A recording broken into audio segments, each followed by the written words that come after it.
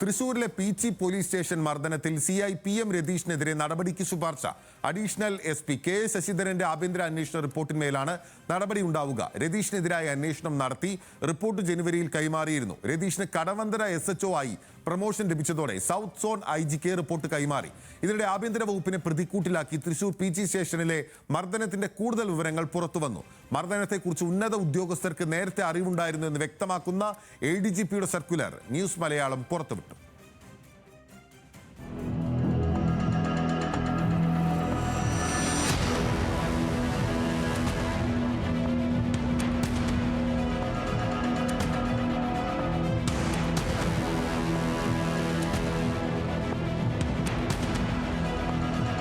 അതേസമയം ആദ്യ പരാതിക്ക് ആധാരമായ മർദ്ദനത്തിന്റെ CCTV ദൃശ്യവും ഇന്ന് ന്യൂസ് മലയാളം പുറത്തുവിട്ടു.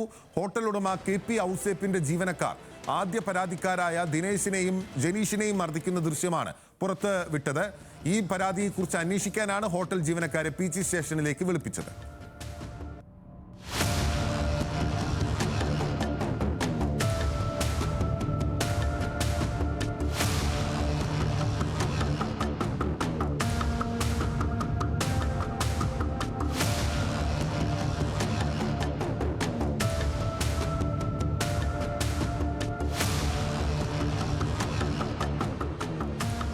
എന്നാൽ PCSI രതീഷിനെ സർവീസിൽ നിന്ന് പുറത്താക്കും വരെ നിയമ പോരാട്ടമെന്ന് പരാതിക്കാരനായ ഹോട്ടലുടമ KP ഔസേപ്പ് പറഞ്ഞു. ഹോട്ടലിൽ വെച്ച് ദിനേശ്, ജനീഷ് എന്നിവരെ മർദ്ദിച്ചെന്ന ആദ്യ പരാതി ഒത്തുതീർപ്പാക്കാൻ 5 ലക്ഷം രൂപ കൊടുത്തെന്നും ഔസേപ്പ് ആരോപിച്ചു.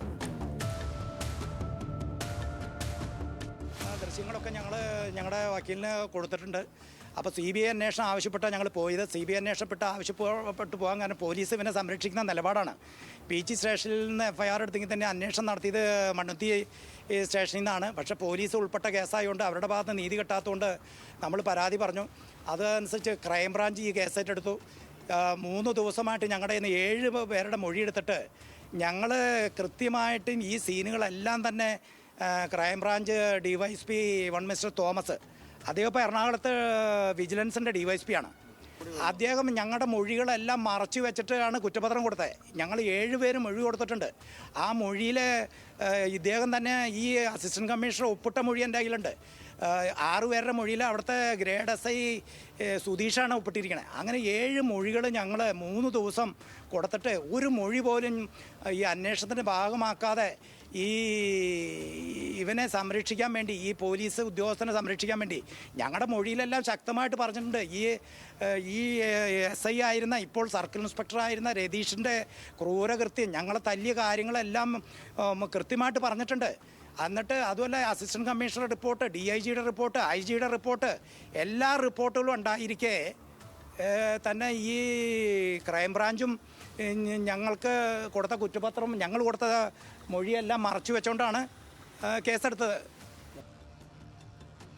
ഇതിനിടെ പീച്ചി പോലീസ് സ്റ്റേഷനിലേക്ക് കോൺഗ്രസ് പ്രവർത്തകർ പ്രതിഷേധ മാർച്ച് നടത്തി. വിവരങ്ങളുമായി തൃശ്ശൂരിൽ നിന്ന് ലെവിൻ K വിജയനാണ് മീറ്റ് ദ റിപ്പോർട്ടേഴ്സിന്റെ ആദ്യ വാർത്തയിൽ തത്സമയം ചേരുന്നത്. Levin, good afternoon. നോക്കൂ, ഒരുപാട് വിവരങ്ങൾ, വാർത്തകൾ പുറത്തു വന്ന, നമ്മൾ പുറത്തുവിട്ട ഒരു ദിവസമാണ്. അതിലൊടുവിൽ പുറത്തു വരുന്ന വളരെ പ്രധാനപ്പെട്ട വിവരം, ഇപ്പോഴത്തെ SHO ആയിട്ടുള്ള, നേരത്തെ SI ആയിരുന്ന PM രതീഷിനെതിരെ നടപടിക്ക് ശുപാർശയുണ്ട് എന്നുള്ളതാണ്. എപ്പോഴായിരുന്നു രതീഷിനെതിരെ അന്വേഷണം പൂർത്തിയാക്കിയത്? ഈ ശുപാർശയിൽ ഏതെങ്കിലും വിധത്തിലുള്ള നടപടി ആഭ്യന്തര വകുപ്പ് സ്വീകരിച്ചിട്ടുണ്ടോ?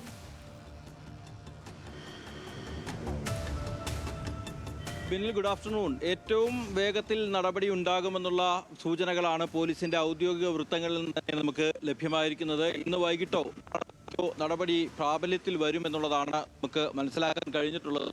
PM സർവീസിൽ നിന്ന് സസ്പെൻഡ് ചെയ്തുകൊണ്ടുള്ള നടപടിയായിരിക്കും ഉണ്ടാകുക എന്നുള്ളതാണ്.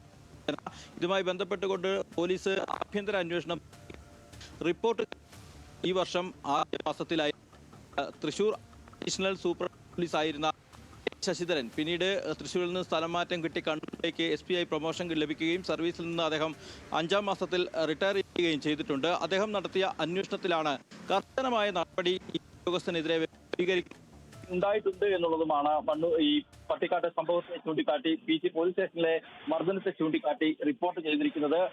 അന്ന് പി.ജി SI ആയിട്ടായിരുന്നു ജോലി ചെയ്തിരുന്നത്. അതിന്റെ അടിസ്ഥാനത്തിൽ ഉത്തരമേഖല ഐജിക്കാണ് റിപ്പോർട്ട് കൈമാറിയത്. പക്ഷേ പിന്നീട് പ്രൊമോഷൻ ലഭിക്കുകയും കടവന്ത്ര SHO ആയി സ്ഥലമാറ്റം ലഭിക്കുകയും ചെയ്തതോടുകൂടി പോലീസ് സോൺ PM രതീഷിന്റെ സോൺ മാറുകയും ദക്ഷിണ സോണിലേക്ക് മാറ്റപ്പെടുകയും ചെയ്തു. അതിനുശേഷം ഉത്തരമേഖല IG ദക്ഷിണ മേഖല IGക്ക് ഈ ആഭ്യന്തര അന്വേഷണത്തിന്റെ റിപ്പോർട്ട് കൈമാറിയിട്ടുണ്ട്. ഇന്ന് ദക്ഷിണ മേഖല IGയുമായി നമ്മൾ സംസാരിച്ചപ്പോൾ ഈ അന്വേഷണ റിപ്പോർട്ടിന്മേൽ വേഗത്തിൽ തന്നെ നടപടി ഉണ്ടാകുമെന്നാണ് അദ്ദേഹം അറിയിച്ചിട്ടുള്ളത്. പുതിയ സാഹചര്യത്തിൽ പുതിയ CCTV ദൃശ്യങ്ങളടക്കം മർദ്ദനത്തെയും പരാതികളെയും സാധൂകരിക്കുന്ന വിധത്തിൽ പുതിയ തെളിവുകൾ കൂടി ലഭിച്ചതോടുകൂടി പുതിയ സാഹചര്യത്തിൽ മറ്റൊരു പുനരന്വേഷണത്തിന് കൂടി സാധ്യതയുണ്ട്. രണ്ടാമതായി മറ്റ് ഉദ്യോഗസ്ഥർക്കെതിരെ കൂടി ആരോപണം ഉയർന്നു നിൽക്കുന്ന പശ്ചാത്തലത്തിൽ PM രതീഷിന് പുറമെ മറ്റ് പോലീസുകാർക്കെതിരെയും ഒരു അന്വേഷണത്തിനുള്ള സാധ്യത നിലനിൽക്കുന്നുണ്ട്. അതും പോലീസ് സേന ഉന്നത ഉദ്യോഗസ്ഥർ തള്ളുന്നില്ല. നിലവിലേതാക്കിയാലും കർശന നടപടികൾ സ്വീകരിച്ച് മുന്നോട്ട് പോകാൻ തന്നെയാണ് പോലീസ് സേനയ്ക്ക് ലഭിച്ചിരിക്കുന്ന നിർദ്ദേശം. ആഭ്യന്തര വകുപ്പും സർക്കാരുമൊക്കെ ആ നയം തന്നെ മുന്നോട്ട് കൊണ്ടുപോകുന്നു. ഒരു വശത്ത് കോൺഗ്രസും പ്രതിപക്ഷ സംഘടനകളും അതിശക്തമായ പ്രതിഷേധങ്ങൾ മുന്നോട്ട് പോവുകയാണ്. ഒന്നൊന്നില്ലാതെ പല സ്ഥലങ്ങളിൽ നിന്നായി കസ്റ്റഡി മർദ്ദനത്തിന്റെയും പോലീസ് അതിക്രമത്തിന്റെയും ഒക്കെ വിവരങ്ങൾ പുറത്തു വരുന്ന പശ്ചാത്തലത്തിൽ കർശനമായ നടപടിയെടുക്കാനുള്ള തീരുമാനത്തിലേക്ക് തന്നെയാണ് ആഭ്യന്തര വകുപ്പും ഉന്നത പോലീസ് ഉദ്യോഗസ്ഥരും എത്തി നിൽക്കുന്നത്. അതുകൊണ്ട് തന്നെ ഇന്ന് വൈകിട്ടോ നാളത്തേക്കോ ഈ PM രതീഷിനെതിരായ അച്ചടക്ക നടപടിയുടെ പ്രഖ്യാപനം ഉണ്ടായേക്കുമെന്നും തന്നെയാണ്. അതിൽ അച്ചടക്ക നടപടിയുടെ പ്രഖ്യാപനം വളരെ വേഗത്തിൽ ആഭ്യന്തര വകുപ്പ് പോലീസ് എടുക്കും എന്ന സൂചനകളാണല്ലോ ലെവിൻ പുറത്തു വരുന്നത്. ഇതിപ്പോൾ നമ്മൾ ഒരുപാട് രേഖകളും ദൃശ്യങ്ങളും ഇന്നിപ്പോൾ ഈ വാർത്താ ദിനത്തിൽ പുറത്തുവിട്ടിരിക്കുകയാണ്. അതിലെ പ്രധാനപ്പെട്ട സർക്കുലറുകളിൽ ഒന്ന് ADGP S ശ്രീജിത്തിന്റെ സർക്കുലറാണ്. പോലീസ് സേനയ്ക്ക് ആകെ നാണക്കേടാകും ഇക്കാര്യം എന്നതുമായി ബന്ധപ്പെട്ട് അവർക്ക് ഉന്നത ഉദ്യോഗസ്ഥർക്ക് തന്നെ ഇക്കാര്യം അറിയാമായിരുന്നു എന്ന് വ്യക്തമാക്കുന്നതാണല്ലോ ആ സർക്കുലർ. ആ സർക്കുലർ പുറത്തിറക്കാനുണ്ടായ പശ്ചാത്തലം ഈ 2 CCTV ദൃശ്യങ്ങൾ, ഒപ്പം തന്നെ ഔസേപ്പിന്റെ ബൈറ്റ്, ഇതിനെ എങ്ങനെ കൂട്ടിക്കെട്ടാനാകും എല്ലാത്തിനെയും?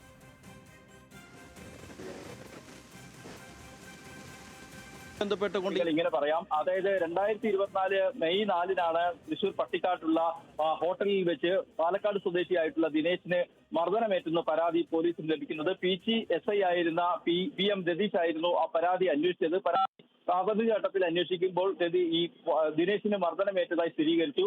ഹോട്ടൽ ജീവനക്കാർ ചേർന്നാണ് ഇയാളെ മർദ്ദിച്ചതെന്ന് പോലീസ് കണ്ടെത്തി. തുടർന്ന് ഹോട്ടൽ ജീവനക്കാരും ഈ പാലക്കാട് സ്വദേശികളായിട്ടുള്ള 2 പേർ തങ്ങളുടെ ഹോട്ടൽ അതിക്രമിച്ചു എന്ന് ആരോപിച്ചുകൊണ്ട് പോലീസിൽ പരാതി നൽകി. 2 പരാതിക്കാരും നേരിട്ട് സ്റ്റേഷനിൽ വിളിച്ചു വരുത്തുകയും പോലീസ് ഉദ്യോഗസ്ഥൻ ഈ പരാതി പരിശോധിക്കുമ്പോൾ ഹോട്ടൽ ജീവനക്കാരുടെ ഭാഗത്തുനിന്ന് വീഴ്ചയുണ്ടെന്ന് കണ്ടെത്തുകയും പിന്നീട് ഇവരെ സ്റ്റേഷനുള്ളിൽ വെച്ച് മർദ്ദിക്കുകയുമായിരുന്നു. ഹോട്ടൽ മാനേജറുടെയും സ്റ്റാഫിന്റെയും മുഖത്ത് കൈകൊണ്ട് ആഞ്ഞടിച്ചുകൊണ്ടുള്ള ഒരു ശിക്ഷാരീതി തന്നെ ആ സ്റ്റേഷനിൽ വെച്ച് അദ്ദേഹം നടപ്പാക്കുകയും പിന്നീട് ഈ കേസിൽ ഒത്തുതീർപ്പാക്കുന്നതിന് വേണ്ടി 2 കൂട്ടരുമായി സംസാരിക്കുകയും ചെയ്തു എന്നുള്ളതാണ് ആരോപണം. ഇത്തരം കാര്യങ്ങൾ സത്യമായിട്ട് നമുക്ക് അന്വേഷണത്തിലൂടെ വ്യക്തമാകുന്നത്. മറുവശത്ത് 2 പരാതിക്കാരാണ്, 2 വശങ്ങളിൽ നിന്നും 2 വേറിട്ട പരാതികളാണ് ഈ സംഭവത്തിന്റെ ഉണ്ടായിരിക്കുന്നത്. ഒന്നാമത് ഹോട്ടൽ ഉടമയായ ഔസേപ്പ് അദ്ദേഹം ആരോപിക്കുന്നത് ഈ പോലീസ് സ്റ്റേഷനിൽ തങ്ങൾക്ക് വലിയ അതിക്രമവും മാനഹാനിയും ഉണ്ടായി.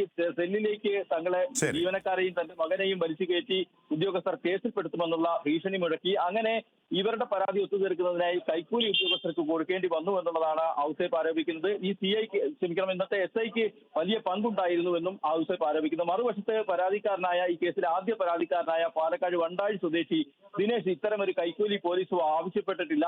ഈ ഹോട്ടലുടമയും മക്കളും ചേർന്ന് അല്ലെങ്കിൽ ജീവനക്കാരും ചേർന്ന് തന്നെ ക്രൂരമായി മർദ്ദിച്ചു. പോലീസ് ഉദ്യോഗസ്ഥനായ മണ്ണൂത്തി സ്റ്റേഷനിലെ SI അബ്ദുൾ ഷുക്കൂർ, അന്നത്തെ CI തന്നെ ക്രൂരമായി മർദ്ദിച്ചു തുടങ്ങിയ ആരോപണങ്ങളാണ് നൽകുന്നത്. ഒരു വശത്ത് പോലീസിനെ പിന്തുണച്ചുകൊണ്ട് ആദ്യ പരാതിക്കാരൻ മുന്നോട്ട് വരുന്നു. മറുവശത്ത് പോലീസിനെതിരായ ഗുരുതരമായ ആരോപണങ്ങൾ ഉന്നയിച്ചുകൊണ്ട് രണ്ടാമത്തെ പരാതിക്കാരനായ ഹോട്ടൽ ഉടമയായിട്ട് ഔസേപ്പും രംഗത്ത് വരികയാണ്. അതിനിടയിലാണ് ഇപ്പോൾ ഇത്തരം സർക്കുലർ ഉൾപ്പെടെയുള്ള കാര്യങ്ങൾ പുറത്തേക്ക് വന്നിട്ടുള്ളത്. എന്തായാലും പോലീസിന്റെ ഭാഗത്ത് നിന്ന് ക്രൂരത ഉണ്ടായിട്ടുണ്ട് എന്നുള്ളതാണ് ഔസേപ്പിന്റെ ഭാഗത്ത് നിന്ന് പറയുന്നത്.